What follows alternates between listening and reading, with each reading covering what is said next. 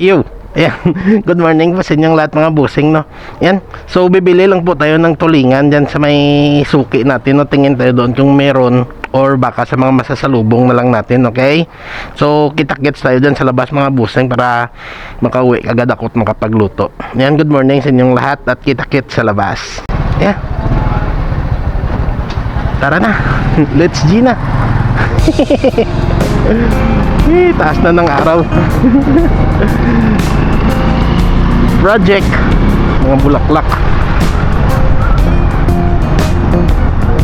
Kahit saang may isdaan dyan na madaanan natin, pag may tulingan bibili tayo traffic na.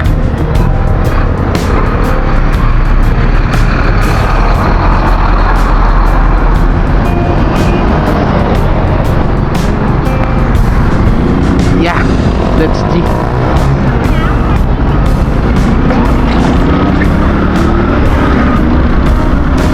Let's G.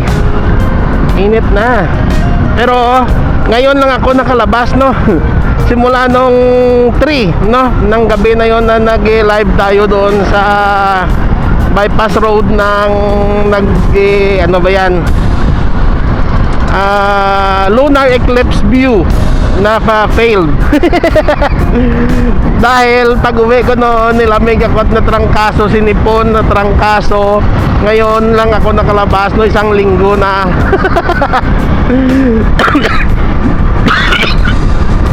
May ubo-ubo pa rin, pero okay na yung pakiramdam ko. May sipon pa rin, pero di na gaya ng nakaraang araw na nagluluha talaga yung mata ko yung hindi mapigilan na lumuluha lang. Tapos yung sipon ko grabe. Pero ngayon okay na. Ito may isda may tulingan sana para hindi na tayo lalayo pa. Ito may tulingan ay wala, ayun malalaki. Drag ko, aloy mo. At gagmay, dagbara kilo na kran. Abaw. Gani.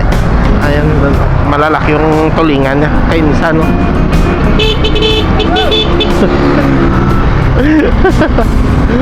Si Insan, nakaupo.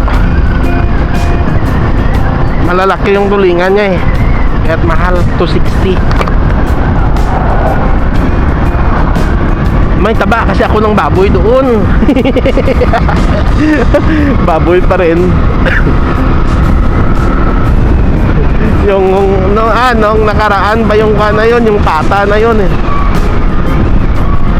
Pero pag baka Biyernes, no, subukan natin doon sa suki ko kay Junald na makabili ng makabili tayo ng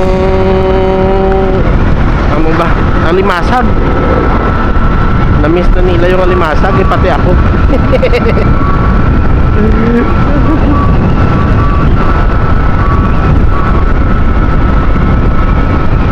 Sana may tulingan na maliliit.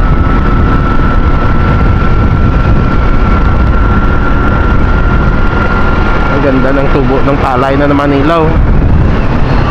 Ito yung pinakauna na naman na mag-harvest, Nung nakaraan sila na nauna mag-harvest Ngayon sila naman yung naunang magtanim. Malalaki na. Ito na tayo kay nanay malapit.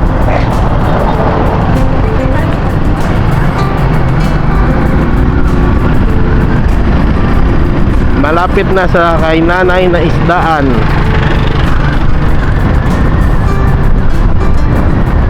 Doon pala sa papuntang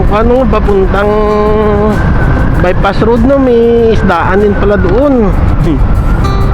May bago doon, titingnan natin. Wala pa yung isda nila.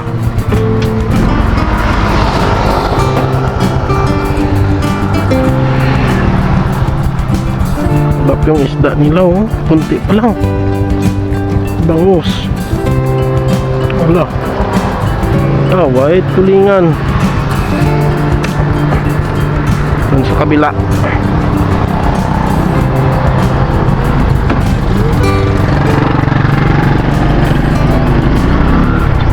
Hayop ah.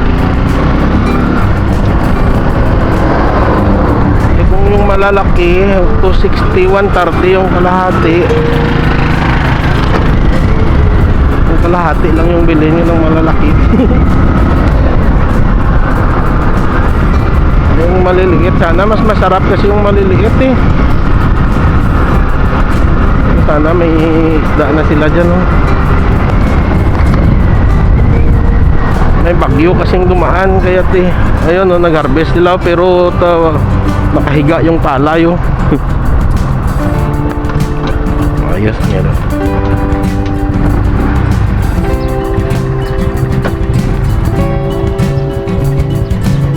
May aloy kang gagmay?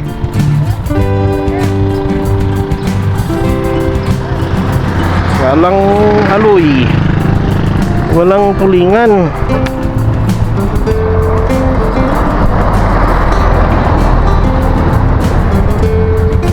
Bakit mga aloy? Sumama kasi yung panahon eh. Nagkabagyo kasi. Kaya nagmahal bigla yung tulingan no?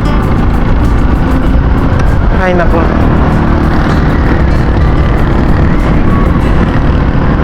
Tamad na akong pumunta doon sa sa bypass road. Dito na lang yung bibili na lang ako yung kalahating kilong tulingan na yun.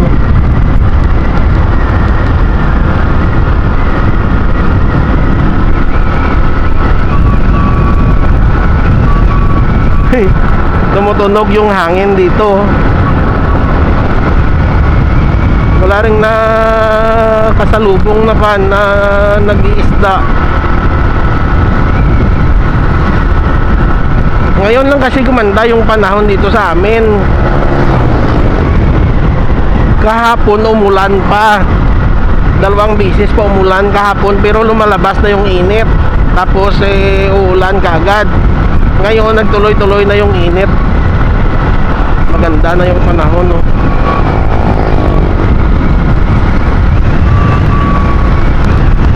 Sana hindi na magpan. Ganito talaga mapakiramdam namin dito ako ano, kapag matubong-tubong yung tawag namin, yung magsasalubong mo yung taglamig at tag-init. Diyan kami nagkakasakit parati. Trangkaso, sipon, mula sa taglamig papunta sa tag-init, yun tubong-tubong. Wow, 69 na yung ano, yung gasolina oh. Dating 53 dyan sa kanila, ngayon 69 na. Oh my goodness, hindi pa ako nakapagpagasolina. Hayaan mo na yan, tumaas mo yan o bumaba, wala tayong magawa. Yung iba reklamo ng reklamo paano mo gagawin ng gobyerno niyan eh? Nasa Middle East yung problema, nasa pinagkukunan talaga ng gasolina yung problema, wala dito sa atin. Magawa lang ng gobyerno dyan, mapakabagal lang yung pag-iakyat ng presyo ng upa na yan.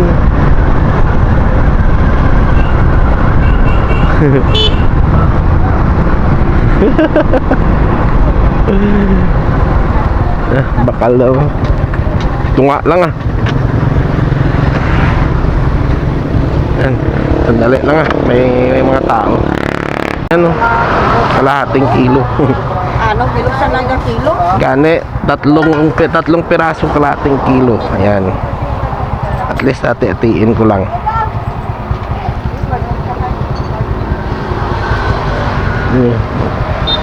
Walang masyadong isda daw. Oo. Thank you. Walang masyadong isda daw eh. Yun nga, sabi ko kasi may bagyo, sumama yung panahon dito sa amin. Kaya't ayun tuloy. Yan, ito yung epekto. Mahal yung isda. Yan, uwi na lang tayo. Para makapagluto na ako. Ikuanin ko na lang yan.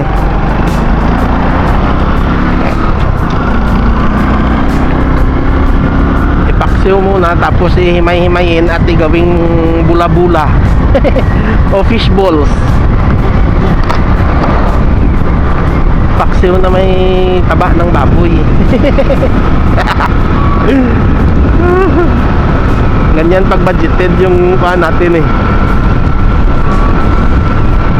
Tipid-tipid muna ngayon. Mahal yung mga kuha eh. Ang mahal ngayon, grabe. Wala tayong magawa.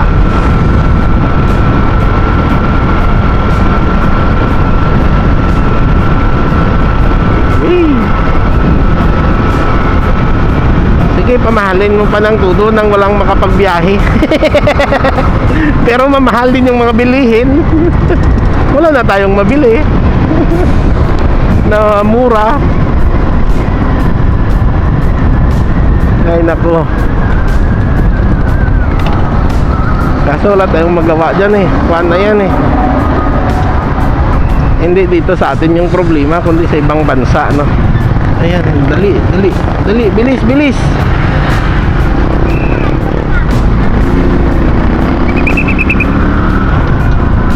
Tumigil pa siya. Yan, hanggang dito na lang po mga busing ah. Bye bye, love you all. Dito na tayo sa bahay mga busing. Ito po. Kaso wala ako palang kuhan na dito. Wala na akong ano, may taba oh. May mga taba yan sa ilalim. Wala na akong kuhan. Wala na akong batuan. Wala ding kamyas na mapapagkunan. Ito naman yung ulam nila. O diba? Spam. O diba? Tapos ito mamaya pag lumambot na ng todo, yung sobra mamaya kuhan ko, ibula-bula. Masarap yung paksiw eh. Yan, so hanggang dito na lang po mga busing. Maraming salamat sa inyo. Dugtong ko na lang po ito.